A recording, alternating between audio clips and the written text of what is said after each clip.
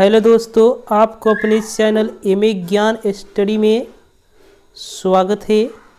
तो चलिए दोस्तों, आज के इस वीडियो के तहत हम आपको वास्तविक संख्या से ऑब्जेक्टिव क्वेश्चन लेकर आए हैं। और वास्तविक संख्या से जितने सारे objective question, important objective question बन सकते हैं, उन सारे ऑब्जेक्टिव क्वेश्चनों को क्या करेंगे, हम आपके सामने लेकर आएंगे और एक एक कर सभी ऑब्जेक्टिव क्वेश्चन को बताने की कोशिश करेंगे। तो चलिए दोस्तों, हम वीडियो को स्टार्ट करते हैं।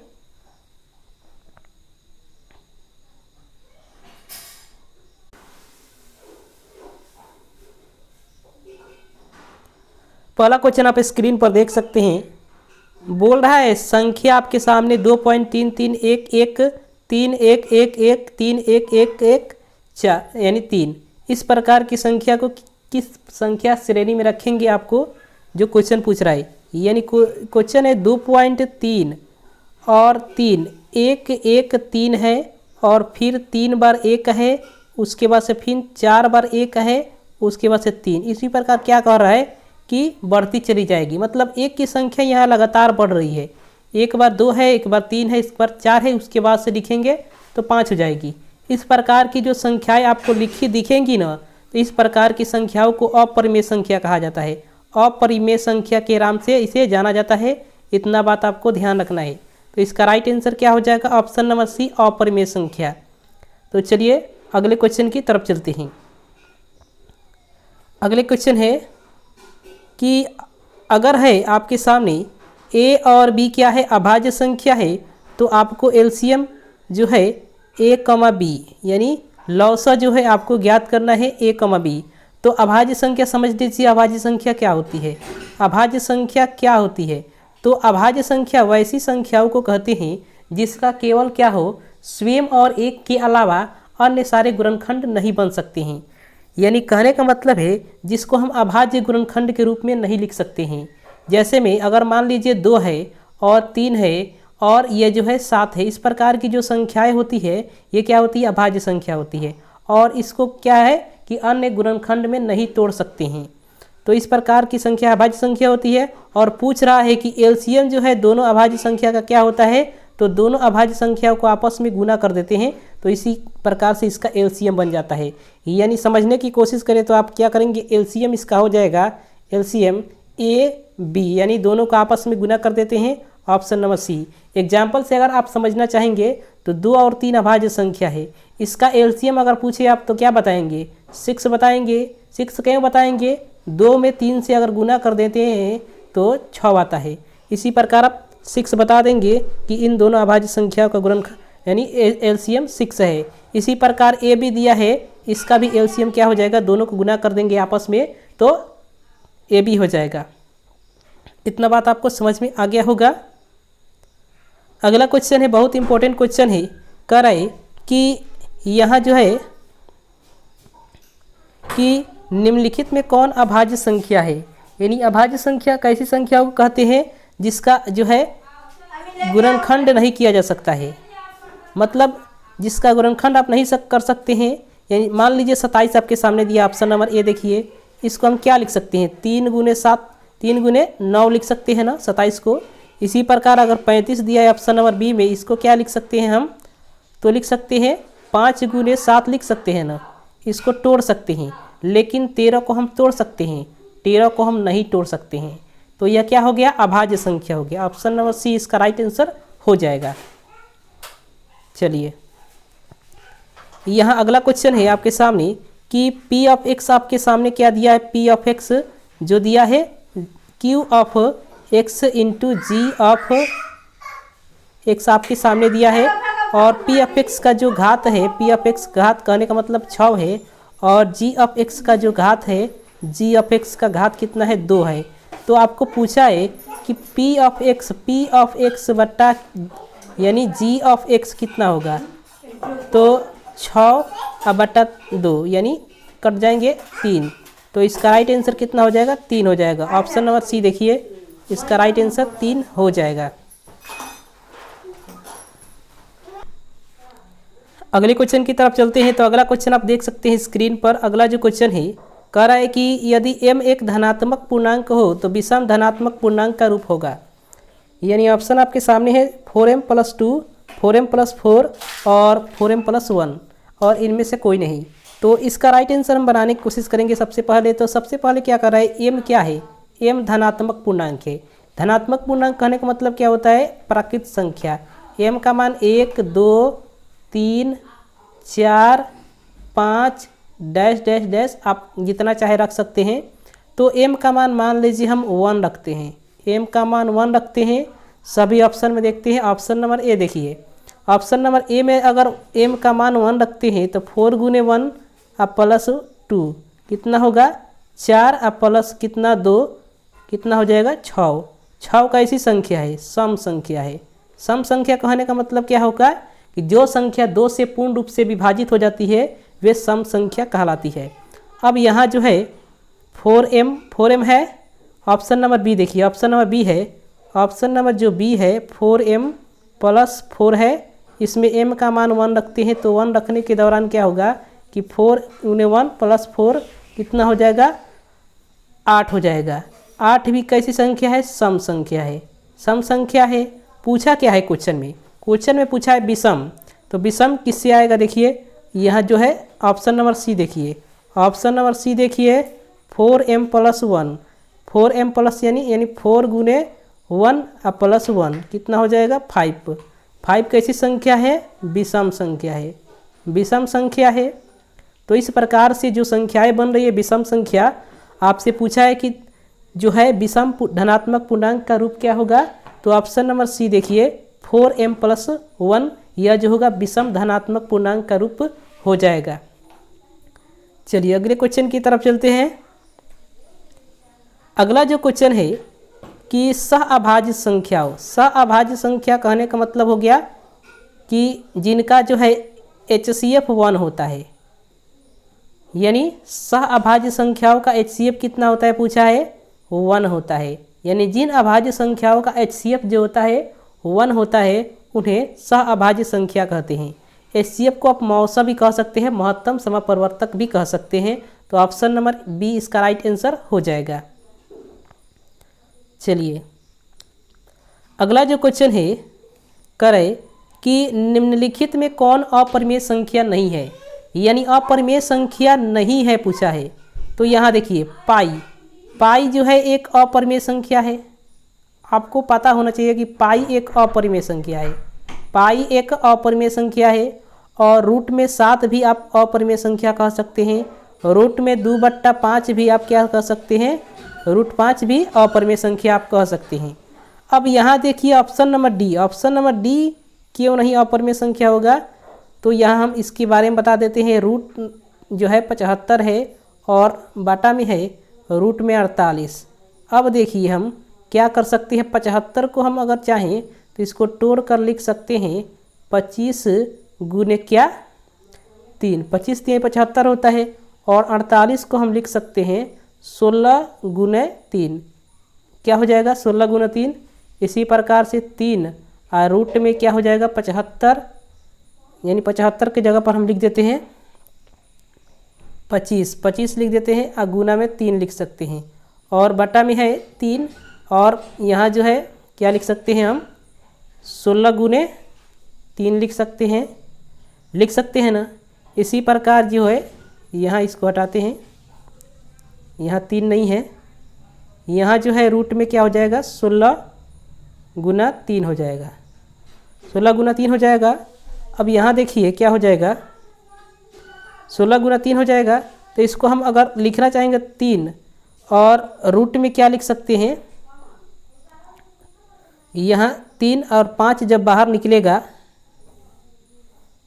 5 जब बाहर निकलेगा तो अंदर बचे क्या, रूट में 3 बचेगा, फिर बटा में क्या बचेगा, यहाँ 4 जब बाहर निकलेगा तो क्या बचेगा, रूट में 3 बचेगा।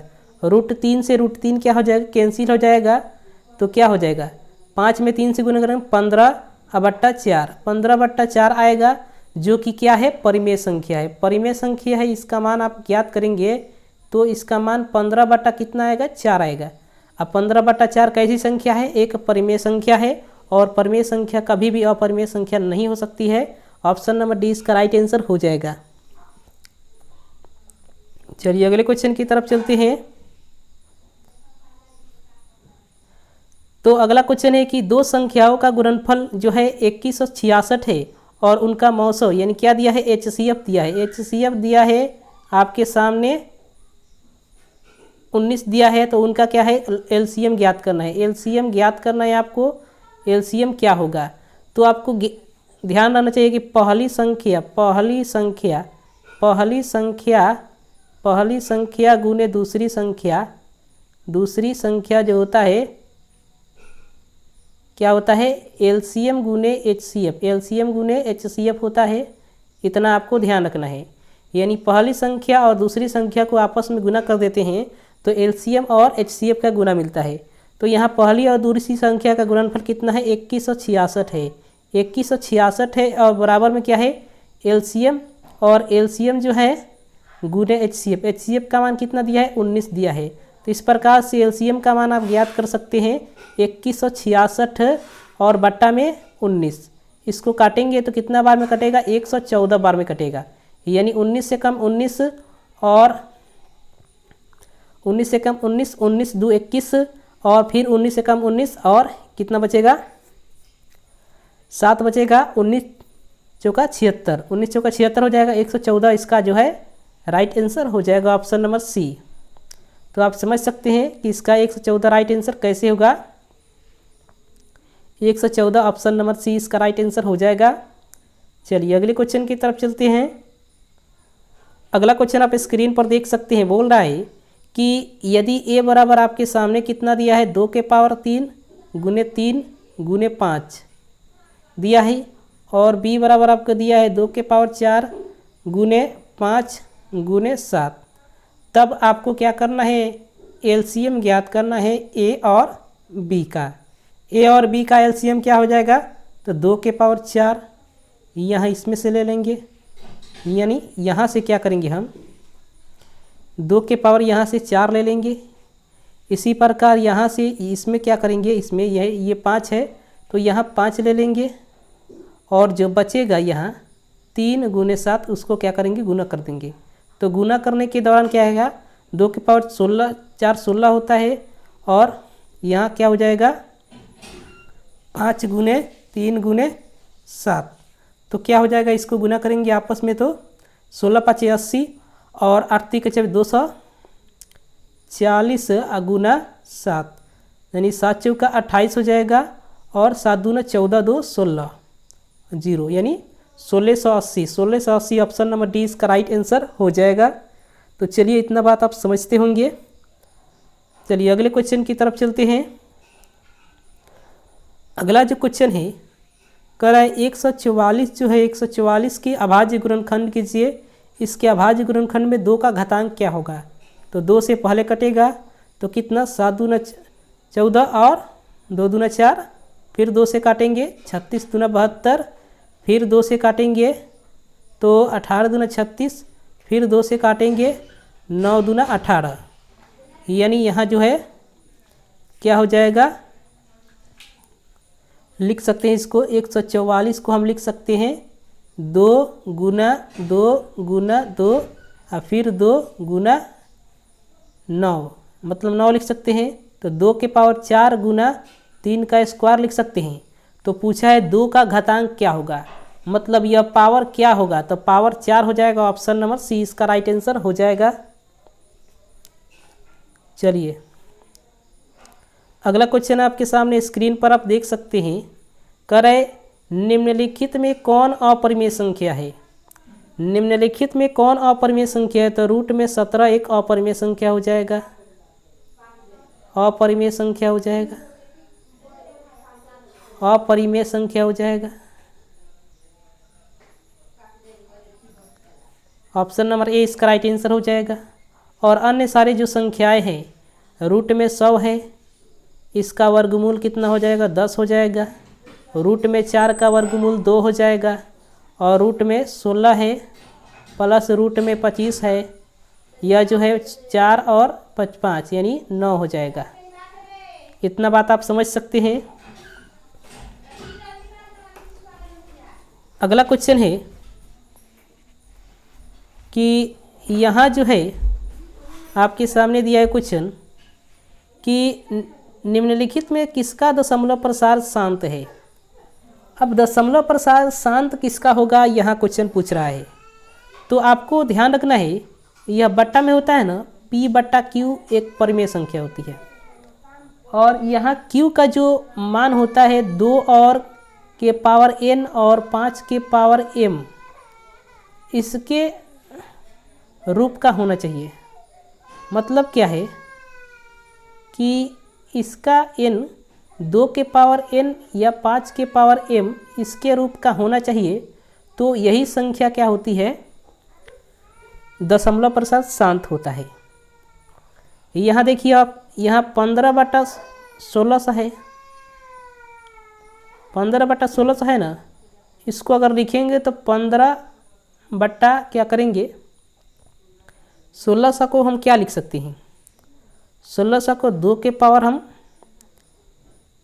यानी अगर 1600 का गुणनखंड करते हैं, 1600 का गुणनखंड कर देते हैं इस यहाँ से, तो क्या हो जाता है, 2 से करेंगे तो 800 यहाँ हो जाएगा, फिर 400 हो जाएगा, फिर क्या हो जाएगा 200, फिर 100 हो जाएगा। इसी प्रकार से 50, और इसी प्रकार से क्या हो जाएगा, 50 का जो है करेंगे तो क्या हो जाएगा 25, और फिर 5 से 5। मतलब क्या मिला, 1 2 3 4 5 6, 2 के पावर 6 गुने 5 का स्क्वायर। तो हमने क्या बोला आपको, यानी p बटा q के रूप का कोई परिमेय संख्या है तो q की जगह पर 2 के पावर n और 5 के पावर m के रूप का होना चाहिए। ऊपर में कुछ भी हो चल जाएगा, लेकिन नीचे में 2 के पावर n और 5 के पावर n m होने के लिए हो जाए तभी जो है दशमलव प्रसार शांत होता है। तो इसका right answer option number A हो जाएगा, 15/1600, क्योंकि इसका 2 के पावर 6 और 5 के पावर 2 है, इसके रूप का है ना। मतलब क्या हुआ, इसके रूप का मिल गया, आप समझ सकते हैं। अब इसको हटाते हैं, यह 19/21 है, 19/21 को हम क्या लिख सकते हैं, 19 बट्टा में 7 गुने 3। यहाँ 2 और 5 के रूप का नहीं मिला। इसी प्रकार 3/88 है, यहाँ 3/88 11 और 2 के पावर 3, 2 मिला लेकिन 5 नहीं मिला। यहाँ हो गया 8/75 लिख देते हैं। तो यह इसको कैसे तोड़ सकते हैं, क्या तोड़ सकते हैं, 5 के पावर 2 और 3, 5 मिला लेकिन 2 नहीं मिला, 3 मिला, 3 नहीं मिलना चाहिए। तो इसका राइट आंसर हो जाएगा ऑप्शन नंबर ए। अगले क्वेश्चन की तरफ चलते हैं। करें निम्नलिखित में कौन अभाज्य संख्या है। अभाज्य संख्या अभी आपने जाना कि जो संख्याएं किसी संख्या से विभाजित नहीं होती, अर्थात इसका कोई भी गुणनखंड नहीं होता है, उन संख्याओं का अभाज्य संख्या कहते हैं। 8 जो है, 8 दिया है 2 गुने 2 गुने 2 के रूप में लिख सकते हैं ना। 9 को 3 गुने 3 लिख सकते हैं, 15 को लिख सकते हैं, 3 गुने 5 लिख सकते हैं, लेकिन 11 को लिख सकते हैं नहीं लिख सकते। इसका राइट आंसर हो जाएगा ऑप्शन नंबर सी 11।